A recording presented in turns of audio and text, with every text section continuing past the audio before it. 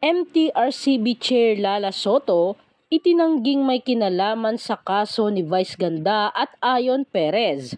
Itinanggi ni Movie and Television Review and Classification Board or MTRCB Chairperson Lala Soto na inimpluwensyahan niya ang isang grupo sa pagsasampa ng reklamo laban kina Vice Ganda at Ayon Perez. Sa isang statement na ibinahagi sa Facebook, binigyang linaw ni Soto ang kumalat na mga litrato kung saan makikita ang pakikipagpulong niya sa naturong grupo sa tanggapan ng MTRCB noong Agosto. Anya, ang naturang meeting ay may kaugnay sa kanyang trabaho bilang pinuno ng review body. The purpose of this visit was to express their support for our efforts in monitoring film and TV broadcasts, recognizing that the MTRCB operates as a small agency with limited manpower.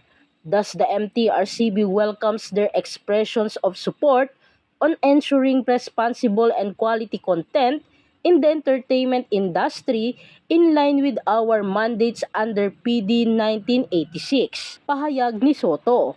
As stated by the KSMBPI, its decision to file a case was never triggered nor influenced in any way by the MTRCB. We urge everyone not to interpret these photos with any malicious intent. Dagdag pa niya. Samantala, naglabas ng pahayag ang Movie and Television Review and Classification Board para kondenahin ang R at D threats na natatanggap na umano ng chairperson nito na si Jorela Lala Soto Antonio. Sa isang pahayag nitong Huwebes, Setyembre 14, ngayong araw, ipinabatid ng MTRCB na nagiging target umano ng alarming online attacks si Soto. Netizens have taken to the official social media pages of the MTRCB to express their grievances in an appropriate and harmful manner, raising serious concerns about the safety and security of the chairperson.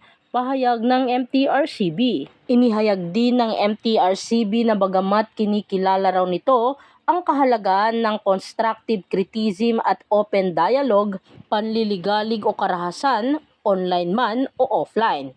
Such behavior is not illegal but also runs counter to the principles of a Filipino value-based media and entertainment culture that the MTRCB upholds. The MTRCB remains steadfast in its mission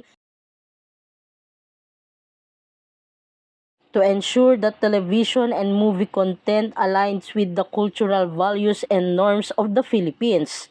We continue to encourage constructive dialogue with the public, emphasizing the importance of civil discourse and responsible criticism, saad pa ng MTRCB.